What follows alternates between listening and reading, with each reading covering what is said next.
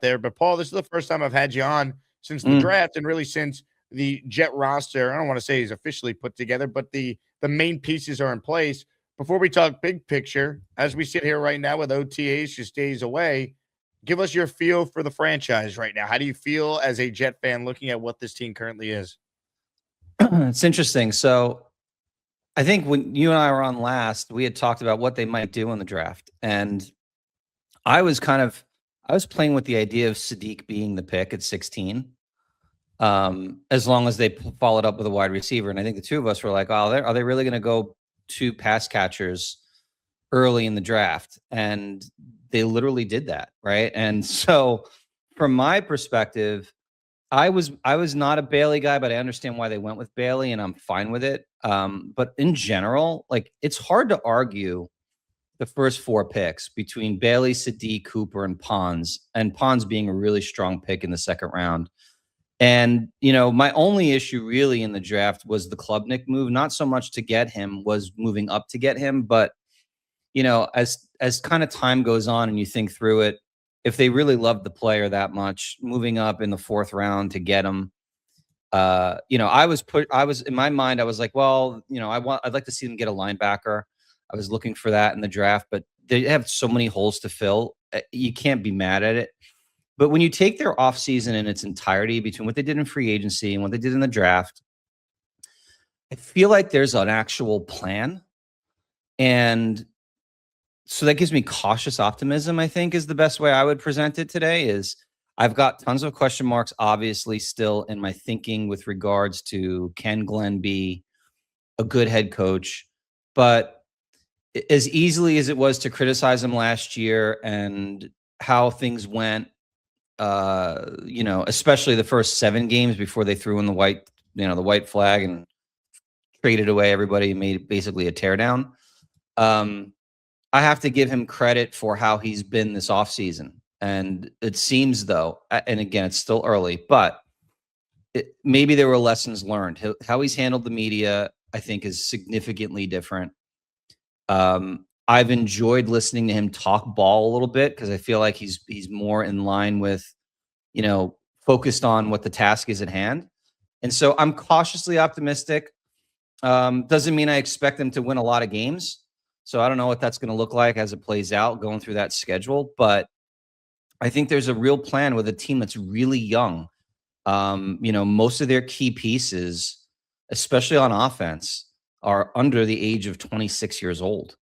So aside from Geno, name a starting offensive player that's, I think, more than 25 right now.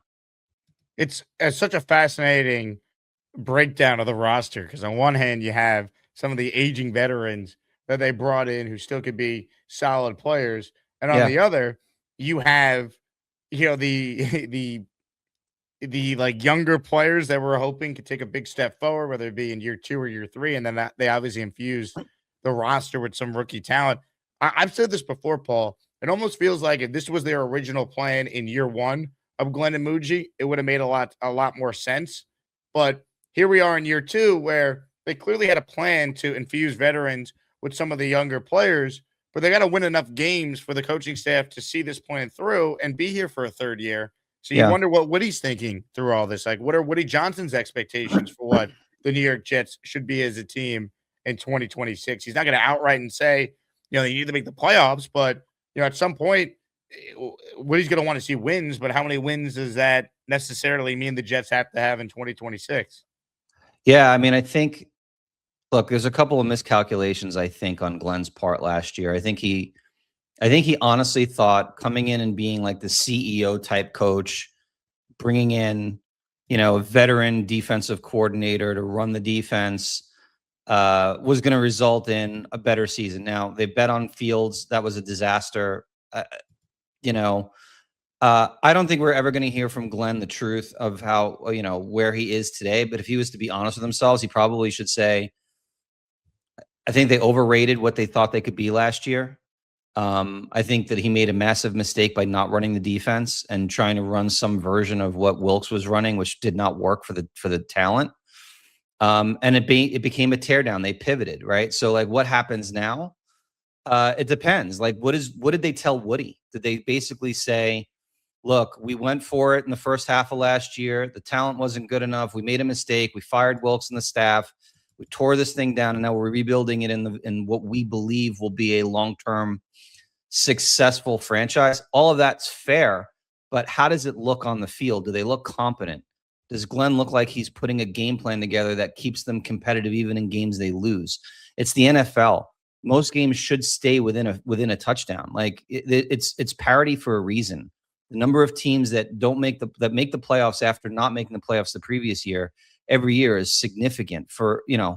It's very rare that you get like what the Jets have been 15 years of no playoffs. So like to me, progress is absolutely necessary. I don't know about the win-loss situation. Like I've been fluctuating on what I think the team is floor and ceiling looks like. I really think it's a matter of how competitive this team looks and how competent they look in general, because I think the defense is behind the offense at this point. Isn't that crazy to say out loud? It's crazy to say. The big unknown is Geno, right? Like, is Geno 80% of what he was in Seattle, 70% of what he was in Seattle, or is he more like what we saw with the Raiders last year? Because, if Geno is a top 20 to 22, 23 QB, their offense should be competent. If he's trash, then they're going to have a problem.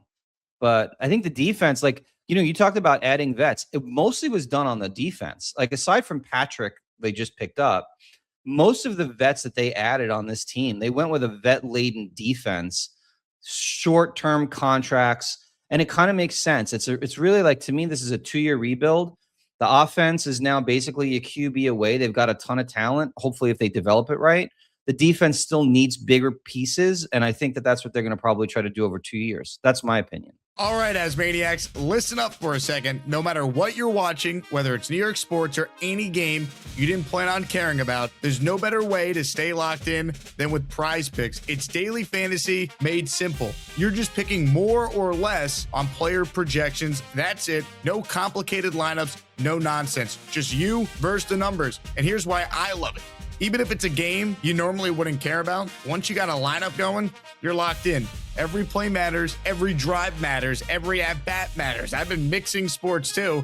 Maybe a little football, throwing some baseball, maybe some basketball, and now you've got action across the board all night, and PrizePicks makes it even better with features like early cash outs if your picks are hitting, the ability to mix multiple sports in one lineup, and you can even see what other people are playing and tail their picks. So if you haven't tried it yet, what are you doing? Download the PrizePicks app right now. Use code HMA. That's HMA, and you'll get $50 in lineups after you play your first $5 lineup. Again, it's HMA on PrizePicks. PrizePicks, where it always feels good to be right. We know Woody Johnson, in his tenure as the owner of the Jets, has typically been patient, and that's not the narrative that I think a lot of people have come to grips with, because most recently we're seeing Woody firing Robert Saleh after 5 games, but he's never done something like that before. But now that he's older, this playoff drought is going onward. They started 0-7 last year. I just wonder if they get off to a bad start, right? Let's say they lose week 1. Let's say they could be looking at an 0-4 or 1-5 start. How patient is Woody going to be? Is he going to let Glenn finish out the year? Is he going to try and make a change? Because that's what he did a couple of years ago with Saleh. Like, people just say, oh, Woody is just going to fire Glenn if they get out to a bad start. He might, but that wasn't his track record until he did that with Saleh at 2-3. And we know Woody and Saleh's relationship is not as close as the relationship he seems to have with Aaron Glenn. So in terms of the owner, your thoughts just on what it all could look like from his perspective now going forward? I mean, my gut tells me that he's not going to do what he did with Saleh regardless. And I think there's one main reason behind that. It's maybe not as much about Glenn as much it is about the opportunity to bring in somebody in the future. I think if you fire another coach in season, 2 years after doing that, when we all agree, I think most Jet fans agree that they shouldn't have fired Saleh at 2 and 3. They should have fired Saleh. If they were going to fire him at the end of the year or before the year began. And so for me, firing Glenn, even if they get off to an 0-4, 1-4 start, only potentially emphasizes the things that Woody has been knocked for, potentially a little unfairly, because I think he was way more patient than Saleh with Saleh than most. I think he just made a bad decision firing him then. And I think with the idea that you're going to have 3 first-round draft picks, you're going to have, what, $150 million in cap space, something crazy, and a relatively young roster with what should be a draft that has a significant amount of good quarterbacks. And if you get off to a terrible, terrible start, likely you'll have a top 5 pick. I don't know if he's going to just go, all right, screw it, I'm firing Glenn. I think he may have his mind made up early about firing Glenn, but I think he might just let the string play itself out. It's just my guess. And it might be because his football people tell him not to do it. I don't know. It's really a fascinating dichotomy. There's no doubt about that. Paul Fiore is with us here. We're talking all things Jets. Cashmere Black with our first super chat of today's Saturday program. Would you want the Jets to fire Glenn before the season started if you could get Bill Belichick as a head coach, or would you still want to give Glenn a second chance? Give me Aaron Glenn, man. What is the point of bringing in Bill Belichick right now? No, thank you, man. His best days of coaching are long gone. The idea that Belichick would come in and have the Jets in this great situation. Who's his quarterback? Geno Smith? I mean, the second Bill Belichick didn't have Tom Brady anymore, what did he do? So I am I am A-okay with no Bill Belichick, but Paul, maybe you want BB. Yeah, I look, Bill's best years are behind him. Aside from the fact that the guy literally is shit on this franchise, excuse my language, for 20 plus years. Like, the idea that he would come here is nothing more than the fact when he reached out, actually looking for a potential job. He wanted so to desperate. He reached out to Mike Tannenbaum and the Jets. Yeah. So, like, even if he was still a good head coach, my whole mindset on him is like, no. Did I want, like, I was all like, when the Jets were 0-7 last year, I thought there was a real shot Glenn wasn't going to make it. Then they basically traded away everyone. And my whole perspective was, well, they're obviously not firing Glenn if they're trading Sauce and they're trading Q. So I'm going to stop my whole mindset, which was get rid of Glenn and start over, because I knew they were going to give him a second year. I think at this point, I just think they're going to give him the second year. I personally think he's going to get a second year no matter, like, all the way through. It would be really surprising if he moved on from him during the season, to me. Yeah, to me, it makes no sense. Bill Belichick will never be an NFL head coach again. I mean, since he's been fired, he's had one head coaching interview in the NFL in 3 years. Doesn't that kind of tell you what the with Atlanta, right? It was with the Falcons, yeah. And that's really it. Comments, questions, super chats, cut the line. So, in terms of the roster right now, I think one of the interesting things, if you want to try and find something to potentially look at for a veteran edition, is the backup quarterback situation. It feels like all signs point to Cade Klubnik getting a real chance to be QB2. Want to play you some sound from Rich Cimini on our Jets Collective podcast the other day, talking about the Jets' vision for Cade. They haven't come out and said it, but that's exactly what they're thinking right now. They're going to hold off on the older veteran guy as the backup and let these guys fight it out. And they're really high on Cade Klubnik. And I know the fan base is. I would caution the fan base to just tap the brakes a little bit. We've only seen him in rookie minicamp, but they're going to give him a runway here. They got 10 OTA practices plus 3 minicamp practices. He's going to get a lot of reps. And I don't want to say it's his job to lose. I don't know if that would be an accurate characterization, but they're going to give him a chance to show that he could be that guy. And then I think they'll reassess when it's over and then decide if they want to go out and get that veteran. So, I would say the door's open for Klubnik.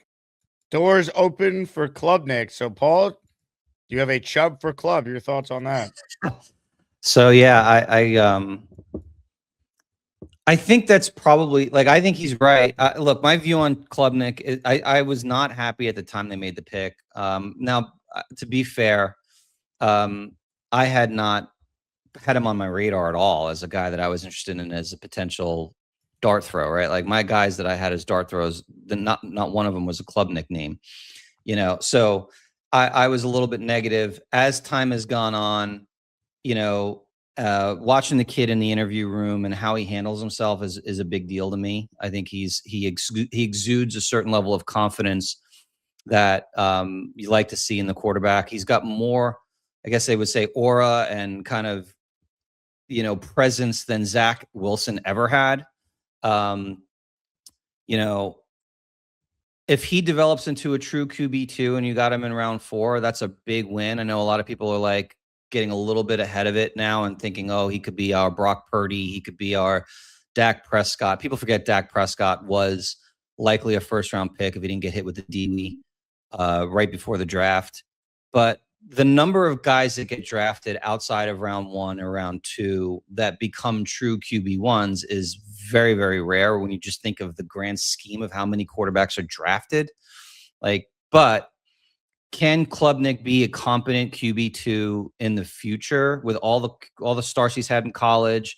Yeah, I think there's a real shot at that. Now, do I think they go into the year with him as QB2?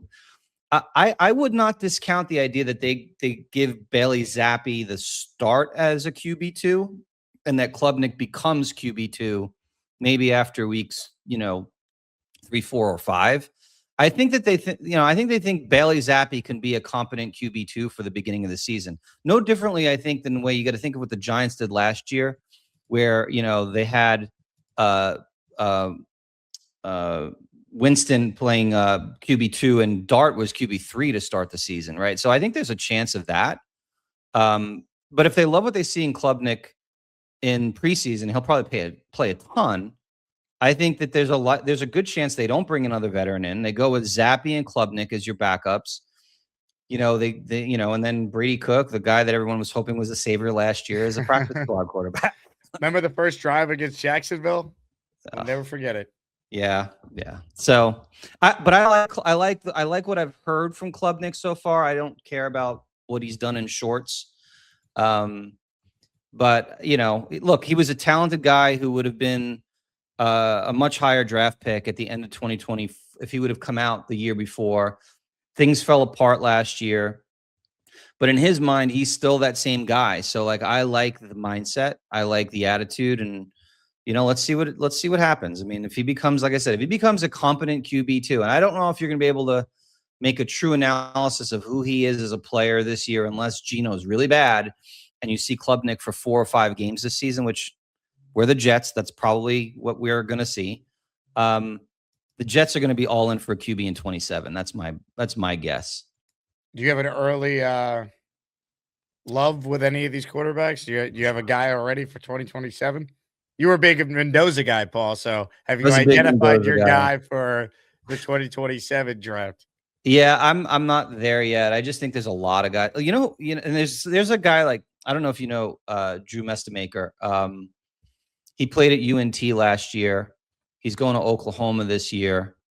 The kid is extremely talented and just he's got a big arm, big kid. I don't know if he comes out. That's the question I have, because if this class is as good as they think it might be, there's a number of guys that are first-round talent quarterbacks, but I like him a lot. Obviously, you know, you've got the other guys. Julian Sayin, Dante Moore, Arch. I mean, you know, the list is kind of long right now. I think we just got to see how the season plays out. Yeah, I mean, it's just impossible to say, right? I mean, none of us knew who Fernando Mendoza was at this time a year ago. And like a year ago, Cade Klubnik was the number 3 prospect in the draft, according to some, like Field Yates. And here he is a year later going in the 4th round of the Jets. So you just don't know. That's what makes it so difficult. But I know people say, oh, every year, who knows what's going to happen. Just if you're playing the percentages, odds are the Jets with 3 first-round picks will get a chance to get one of these quarterbacks. There'll be more than just one consensus first-round guy. I know Simpson went in the first round as well, but there are people that didn't think he was a first-round graded player. No one debated whether or not Mendoza was going to go in the first round or going to go in the top 5 for that matter. I'd imagine a year from now, there's going to be at least 3 first-round quarterbacks when it's all said and done. Yeah, I mean, this year was kind of like everyone's like, well, you never know what's going to happen because we expected this to be a great year. and it turned out not to be. And I hear that, but that's also as rare as it can get. Like there usually is a fair number of guys that should be first round QBs. And I think right now there's essentially, forget about what's his name, the kid from Texas Tech now who's got his situation going on, Sorsby. But you've got 8 to 10 guys right now that if you just go down that list, they have big seasons. They can be considered first or second round QBs. The Jets are going to be in a decent position no matter what to get one. I'm not sitting here this year going, I hope the Jets win 2 games so we can get the first pick in the draft. I look back and I think in the last 20 years, Stafford and Eli are the only 2 QBs drafted at the number 1 spot in the last 20 years that have won a Super Bowl. So like you can and will likely be able to win a Super Bowl without having the first overall pick at quarterback. Like let's be competent and win some games and see how this all shakes out. Look at Indy. I'm sorry, like everyone, like we should pump the brakes on Indy. Their freaking schedule is hard as hell. Daniel Jones, who was terrible before last year, is coming off of an Achilles.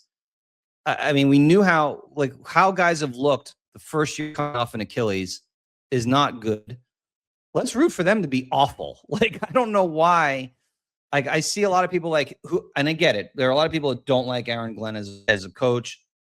And I was one of those guys last year who thought he was a bad head coach. I'm rooting for Aaron Glenn to be a good head coach. Like I don't have a personal issue with Aaron Glenn. It feels like some people in the fan base just don't like the guy. And he was an all-time Jet. I don't get that. Like there was a lack of humility beginning of last year, which probably hurt him. But I watched him in the pressers this year so far. And like, you can just see it. He bleeds wanting to win.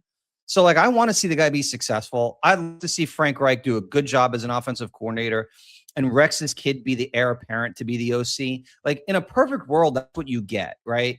Glenn becomes a good or competent head coach. Frank Reich does a good job on the offense. They go find their quarterback next year, and Rex's kid becomes the OC in 2 years. Like that's what you hope happens. That would be a great Jets story. Like the idea that we got to wipe it all out again and start over again, and then we got to trust that Woody does the right thing and brings in the right people. We've been through this how many times as fans? Well said. And I just think you might be left with no choice if Glenn doesn't prove himself. Sure. But the best case scenario is he's learned and he's better. We're going to find out. I can't remember, though, a season like this one coming up where in terms of just like the pressure on the head coach, right? Like we have talked about Aaron Glenn's job status now since they started 0-7. Like this is an incredible like fall from grace, so to speak. Like people came in and wanted to believe in the guy. And you said something I think that kind of led to all this. He came in very arrogant, brash, cocky. And when you get to do that and then you start 0-7 and it looks the way it did throughout the year, it's tough to win back the fan base. There's going to be some that support the Jets no matter what, support Glenn because they're shills, homers, whatever, and that's just how they operate. But I think most people are at a point now with this franchise. Show me before I give you any benefit of the doubt or any belief, because let's be real, like the public perception of Glenn from most in the fan base is about as down as I've ever seen for any coach going into his second year. Yeah, I mean, they won 3 games last year and they got blown out week after week the last 5 weeks of the season. And before that, and everyone wants to excuse that, the first 7 weeks of the season, he was not a good head coach when they had talent. So we can't lose that perspective. You hope that he improves. You hope that he does a good job now with just running the defense, and Reich does. I mean, like he has set himself up for if there's a chance for him to do a good job, he's done everything I think he possibly could, and Muji's helped him to try to make that happen. With that said, I think it's like a 30 to 40%, 40 is probably high. It's like a 30% chance that if everything, that everything works out and he's here. But hoping for it and rooting for it. And I saw somebody's like, it's real wishful thinking. It is. But I'm not going to go into a season, like almost like doom scrolling and just thinking that this is the end of the world like you look at the Jets schedule, you look at who they play. you know, they should be able to significantly improve to get to like 7 wins. I mean, like if they win less than 6 games, I think he's absolutely gone, in my opinion. I think 6, it's kind of it's tricky. And I think if it's 7, he stays. That's like my thinking right now. What if it's 7, but they beat the Bills resting their starters the last week of the year?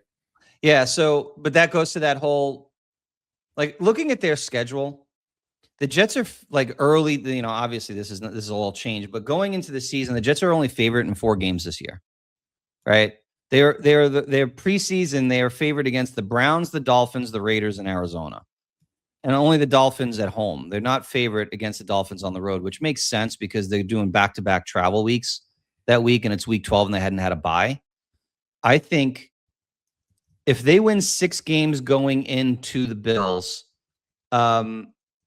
if they're competitive in the losses and not getting their asses handed to them against, you know, teams like the Lions and the Bears and Broncos, I think it matters how it looks. I really and truly think it matters. So for me, I think 6 is my floor. I think below 6 it's just not going to work. They're going to move on. And I think 7 is a significant improvement from winning 3 games last year. And he's definitely going to get the opportunity to pick his QB. That's my opinion. I think 7 is borderline just because of the unknown of like how they're getting the 7. Like it can't be the Adam Gase 2019 season where they're 1-7 and then win a bunch of games late against some bad teams, right? Like if they look awful and then they pick up a win against the Cardinals and the Bills to finish with 7, I don't know if that's enough to save them. I think they got it. Like they need to get off to a respectable start. Like have a season that's not over before the month of September, like it was last year. And that's why I think, and I've gotten some heat for this opinion, I think week 1's a must win because I think it's here we go again if we lose to Robert Saleh in the opening game of the season. So everyone's like, oh, that's a crazy take. But when you look at the first part of the schedule, like I broke this thing down into quarters, you have to win the Titans game because the other 3 after that are really difficult. No matter what we want to say about Green Bay and Micah Parsons not playing and it's the home opener, Green Bay is going to travel well. They're going to have a lot of fans in the building. And you can't go into that game with a Jet team that won 3 games last year saying, that's a win. No, you're playing the Titans week 1. That's still a 50-50 game at best. You need to win that game if you're an improving team. If you lose against the Titans, then you're following up with Green Bay, Detroit, and Chicago. There's more than a fair chance that you potentially go 0-4. And that is a problem, right? So I see a world where if they can, it's funny, if they can beat Tennessee, I see a world where they could be 4-4 through 8. If they lose to Tennessee, I see a world where they could be 2-6 because I could see a little bit of a spiral happening if they start out losing that game and then they don't beat Green Bay. And now all of a sudden, next thing you know, you're staring 0-4 in the face. So yeah, it's a provocative take to say week 1's a must win because no week 1 game technically is a must win, but it's the Jets and we don't have the confidence that they're going to win their home opener. So, and then they got to go back-to-back road games against 2 really good football teams that are likely playoff football teams. Again, they could be 4-4, they could be 2-6 through week 8. I think I think there's no in between. I think the Jets could be 4-4 and you're like, all right. And then by the way, that next group of games gets really tough after week 8. Like that week 9, I think they go, what is it? Kansas City, San Diego, Buffalo. I think it's like or I don't know the exact order, but it's the gauntlet of those 3 QBs back to back to back. That if you're not 4-4 going into week 9, it could be really ugly. Hey, here's the deal. Just got no chance unless you click on that like button. And you got to make sure you subscribe to the Jake Asman Show. You don't, you can get the f*** out. Now let's go, Asmaniacs. We're built for this shit.